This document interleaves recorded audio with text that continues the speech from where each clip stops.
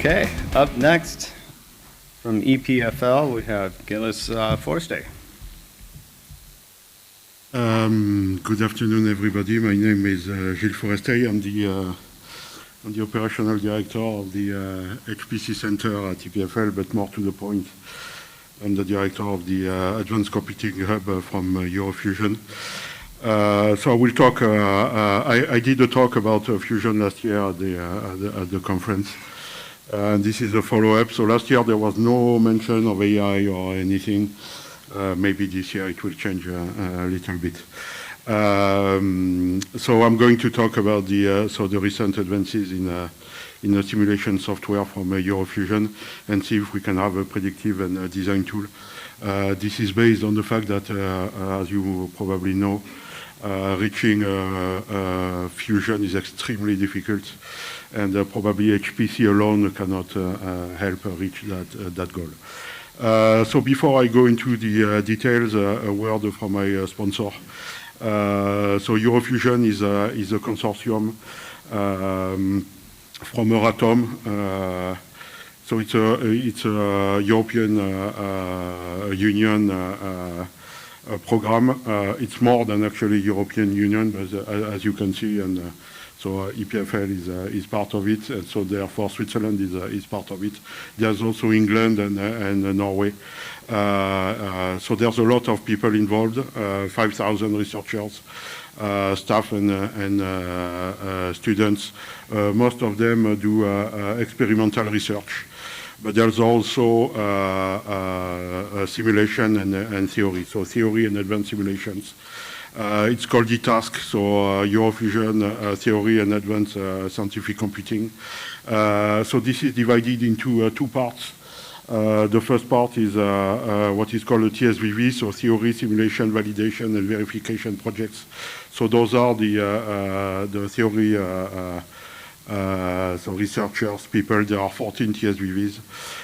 Among those 14 TSVVs, there are around 40 simulation codes that are being developed for fusion simulation. There are also so what are called the advanced computing hubs. There are 5 of them, and I put them on the map. There are 3 that are dedicated to high-performance computing, one at IPP in Munich, one in Barcelona, in BSC, Barcelona Supercomputing Center, and one at EPFL. There's one also in Finland at VTT for data management, and one in Poland for code integration. So the goal of those, so I will talk about the HPC one a little bit. They are there to help industrialize the research codes for nuclear fusion.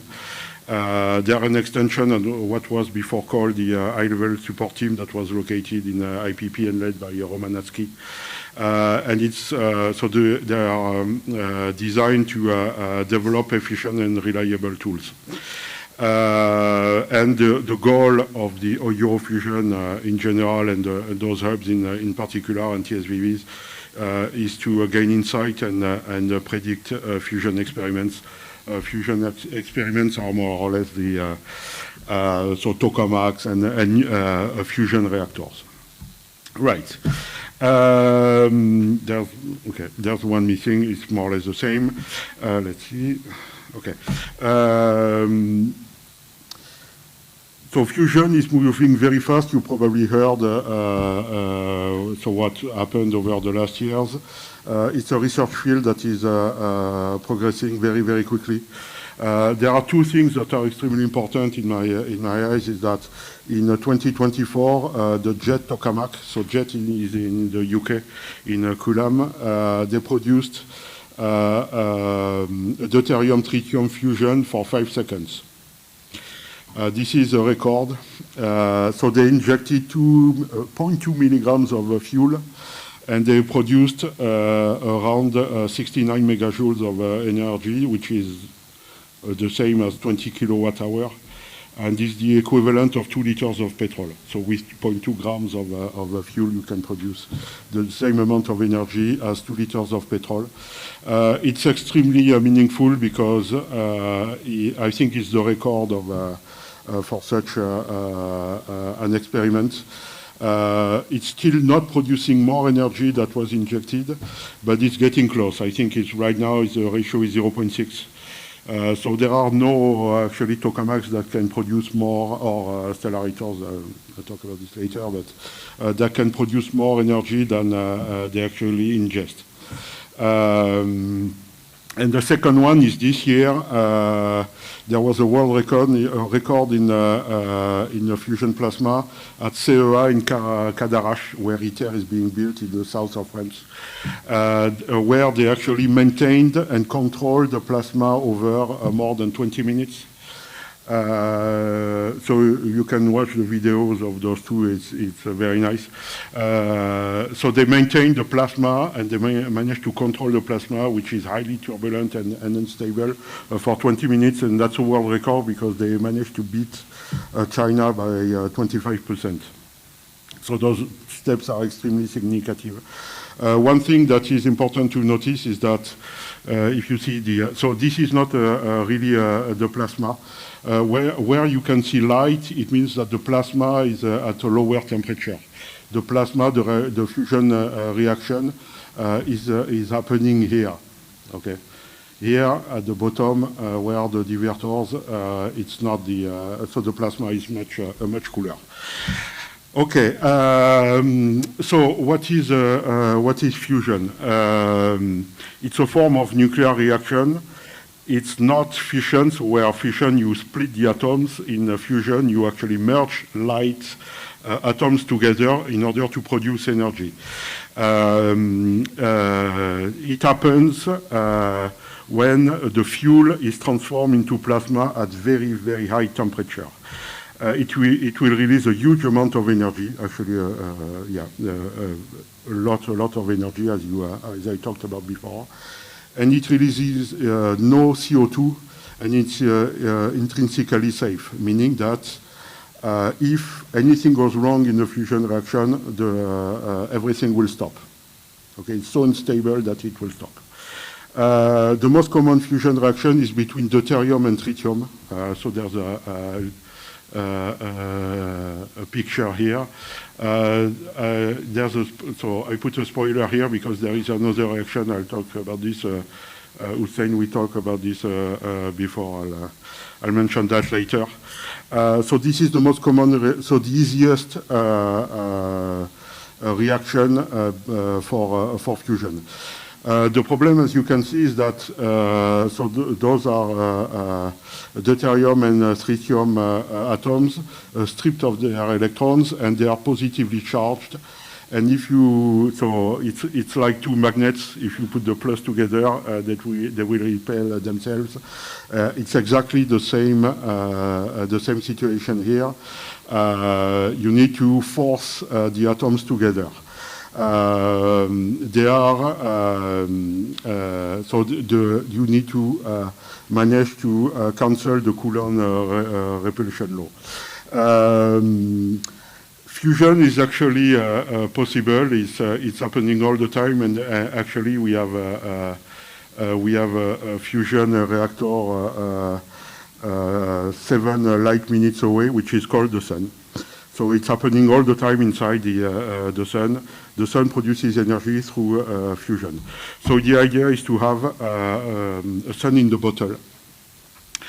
So manage the same reaction that is in the sun on the Earth. Something that not a lot of people know is that fusion reaction, even in the sun, is extremely rare. Okay. So I put a few numbers here. So the mass of the sun is composed of 10 to the power 30 kilograms of hydrogen, and the sun converts roughly 600 million tons of hydrogen into helium, plus the energy coming from fusion every second. So this means that if you do the math, the probability of proton fusing together is 10 to the minus 19 per second. And so that means that fusion reaction given a proton is, so the probability is hundreds of billions of years before it actually happens. The only reason it happens is that the sun is so incredibly large, and the conditions of temperature and pressure makes the fusion happening in the sun. So fusion in itself in the sun is extremely inefficient, and it works because there's a gravity, and the temperature of the core of the sun is around 10 million degrees Kelvin. Okay. So if you consider so if you could scale the sun down to the size of a human body, it will produce 1/4 of what a human body is producing in terms of heat. So if we want to reproduce this on Earth, we need a significantly higher energy density inside the fusion reactors. Okay, in order to get that, so we need to heat the plasma to more than 100 million degrees in order to overcome the Coulomb forces. And we obviously, anything that touches the plasma will instantaneously melt. So we need to have the plasma levitating in a vacuum chamber, so without touching the walls. It has to produce energy indefinitely, and in order to be economically viable, you need to produce 20 times more energy than is actually injected in the fusion reactors. In order to do that, we use a magnetic field container, which is called either a tokamak here. So it's a donut-shaped device that is designed to keep the plasma and to have the fusion reaction, or a tokamak. So that is so much more complicated design than this. But it's much more difficult to build, but it contains the plasma in a more efficient way. The question is whether this one or tokamak or stellarator is better in order to produce fusion.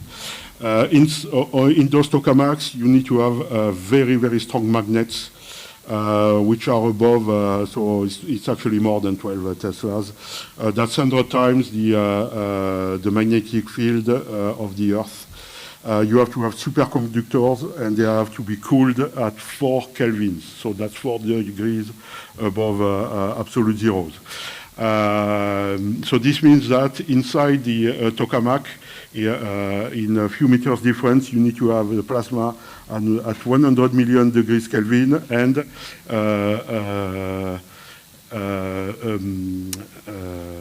magnets that are kept at almost 0 degree Kelvins. So there's a huge difference in temperature in those devices. So that's one of the reasons why it's extremely difficult to build. The fusion power scales strongly with the magnetic field strength. So having a very strong magnetic field is extremely important. And the plasma is intrinsically unstable, and it has to be tightly controlled by the magnetic fields. This is coming from the fact that at 100 million degrees, so if you put a plasma of 100 million degrees in the void, it will disperse immediately because of the pressure. So you need to absolutely have huge superconductors, magnets, in order to maintain the plasma together. So one key component of plasma, so experiments is the material science. As I mentioned before, the plasma has to be in a vacuum chamber, and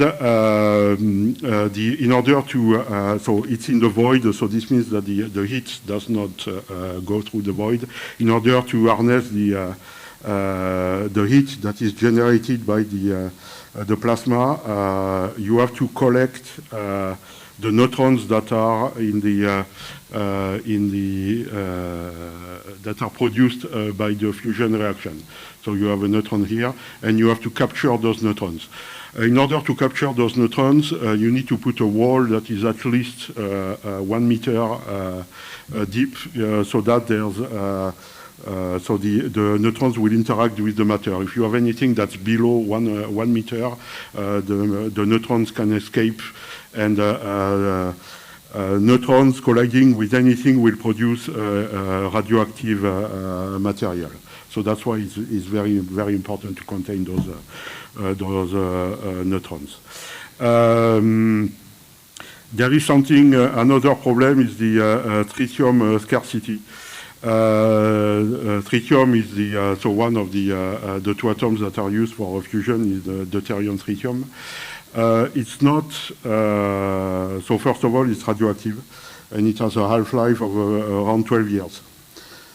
This means that you cannot store it for a very long time because it will disappear very quickly. It has to be produced because it does not occur naturally. In the nature there's no tritium, and the current worldwide supply is a few kilograms in total. Producing tritium right now is extremely expensive. I think it's one of the most expensive material to produce. It's millions of dollars to produce 1 kilogram. This is mostly due to the lack of demand. So no one is really using tritium besides nuclear fusion. So in order to reduce the cost of creating tritium, there is a solution that is called the tritium breeding. And it means that, so in this reaction, you see that there's a neutron that is produced. Where is my mouse? Okay, here. There is a neutron that is produced, and if you hit, so if this neutron hits the lithium, you will produce actually tritium plus a molecule of helium. Okay, so that's a way to actually sustain a fusion reaction, and this means that somewhere here you need to have a tritium blanket in order to not a tritium. Lithium blanket in order to produce tritium and to maintain the reaction. None of this has been ever created so far. Those are speculations. Nothing has happened so far. This is still experimental. There's no concrete proof that this is actually working. And so, as I mentioned, you can see that creating a fusion reactor is extremely complicated. It's an extreme engineering and physics challenge. So you have to keep the plasma in a void at 100 million degrees to achieve fusion. It has to be confined in order to avoid touching the reactor walls. And the materials must withstand the neutron bombardment and intense heat and mechanical stress. This means that building a fusion reactor is extremely long, and it costs a lot. So there's a picture of ITER, which is currently being built in the south of France right now. To give you an idea, so this is 10 meters between here and here. So this is 10 meters. The fusion reaction will happen here, and this is where the magnets and so there it will be 0 degrees, and here more than 100 million degrees. Also, so you could say that simulations is a great tool to actually design those reactors. The problem is that it's about coupling a lot of very different physical phenomena, so magneto-hydrodynamics, nuclear reaction, turbulence, plasma wall interaction, and everything. And I put here time scale and the space scales of all those reactions. There's not one single model that can capture all the physics. And if you look at closely, you can see that we need to have physical phenomena that are So if I put everything in terms of a human timeline, phenomena that are decades away and thousands of kilometers away. So it's extremely difficult to couple. So that's where maybe we could find, so data science can help a little bit. An example of that, so this is something that was developed at EPFL with the GBS code. The code, so we have a code that is simulating the plasma at the edge of the tokamak, and also that is simulating the neutral physics. And you can see that time to solution with the plasma plus neutral is very, very different from the time to solution where we have only the plasma. So this means that neutral physics is it's much slower than the plasma one. So if we want to have the two physical phenomena together, the neutral dynamics is slowing down everything by a lot. We are lucky because so apparently those curves are telling you that we can decouple those two and have the neutrals computed asynchronously compared to the plasma. That's their opinion. Apparently, their physicists told me that they are the same. Fine.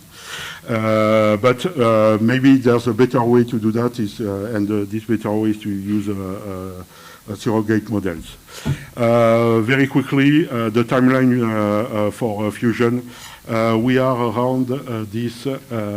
We are around here. So TCV is the tokamak that is at EPFL. ITER is currently being built and it should be delivered in 5 or 10 years. It's very, very late. Demo is then is going to be built and is going to demonstrate that fusion is commercially viable. Here I put expectations in terms of simulations for the plasma at the edge alone. You can see that TCV we used a machine that was I think it was the first piece date. We used 10 petaflops in order to create this simulation. If we go to demo, so demo is going to be 5,000 times bigger than TCV, and it will require around 1 exaflop. Okay, now we'll switch a little bit to AI because obviously HPC alone cannot help design and control plasma, and this is what we are expecting from so what is called scientific AI in order to accelerate fusion discovery. The first one is to uncover hidden parameters, so correlations in the data that is produced either by experiments or simulations. Surrogate modeling, I mentioned this before, having models that are much, much faster. We had also a presentation yesterday, having surrogate models that are much faster than the what is currently run on the supercomputers is very, very important. Faster iteration in order to accelerate the design improvements. It's always better to have a simulation of a tokamak before we actually build it than discovering that something is wrong and we have to start over, considering the amount of time it takes and the money it costs. And the real-time control over the plasma in order to adjust the magnetic and the fuel in real time. In order to do that, we are working on the creation of a digital twin. This is a representation of this twin. Here, so at the left, you have the first principle simulations. Here you have GBS, so the code that is computing the edge, the plasma behavior at the edge. So the left part is training. There is AI also here involved inside this training, mainly in the sense of physics informed neural network in order to, for example, accelerate the preconditioners, or surrogate models. I talked about this before. And then so the data can be fed back through through AI in order to update the parameters for example, the boundary conditions, which are extremely important in fusion physics, or do some steering. So simulation steerings, I will show you a little bit about this. On the other side, you have the inference. So this means real-time control of the plasma. I talked about this a little bit. And also helping design tokamak. So it's an engineering exercise before the actual construction. Okay. And then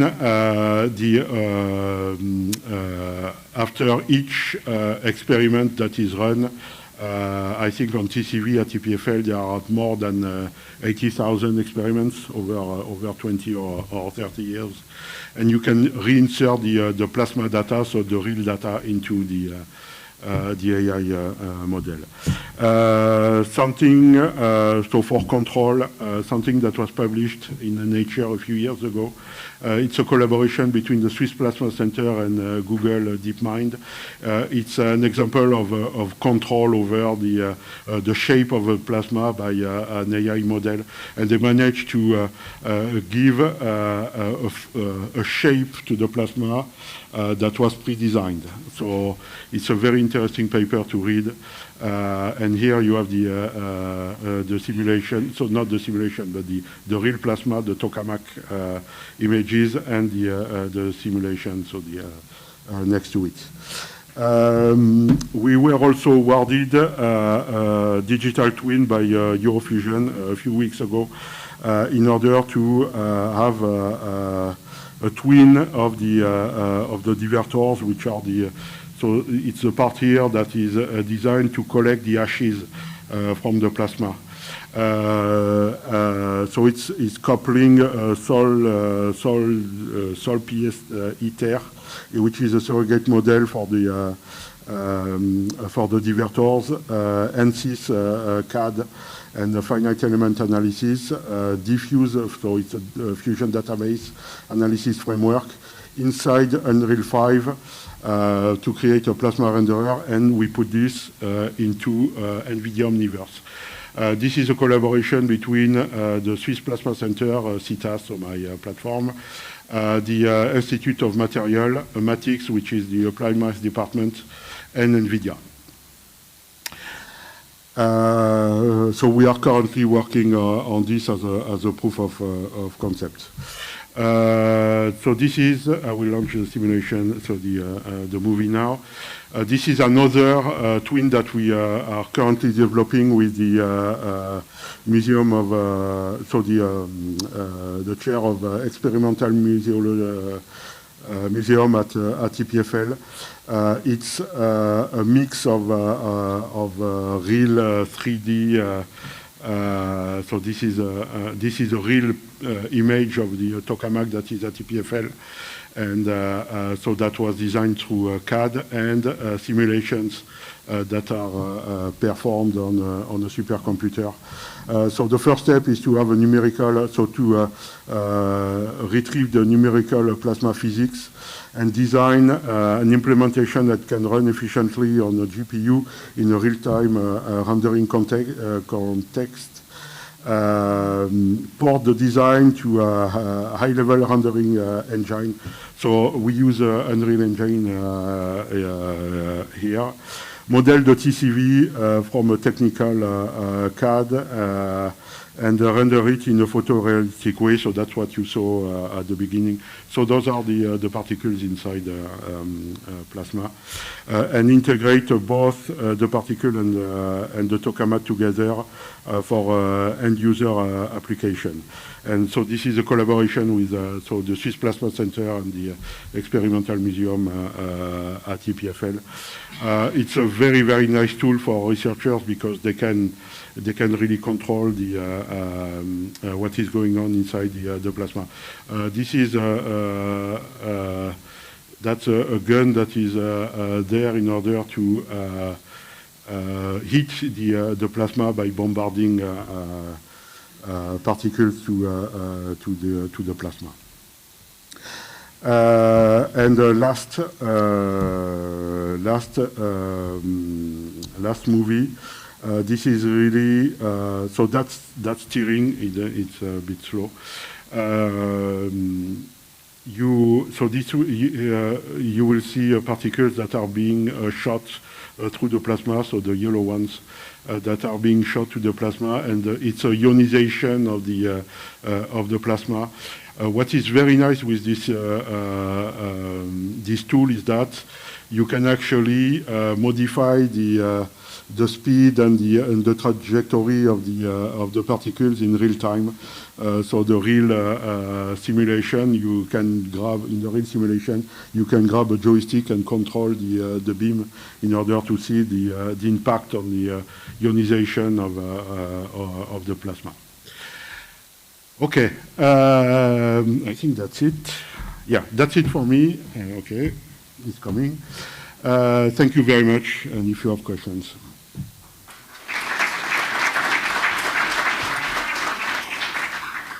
Yes, sir.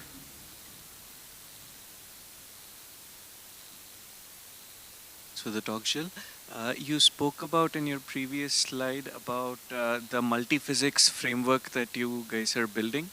Yes. No. No. Here. This one. Yeah, exactly. One step before.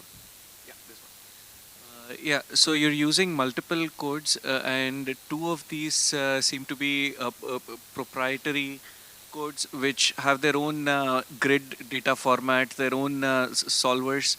How do you interface all of these? Wouldn't it help to create a unified grid or a unified data layout which many of these solvers can use, rather than changing data layout from one open format to a proprietary one, then back to an open one, and then...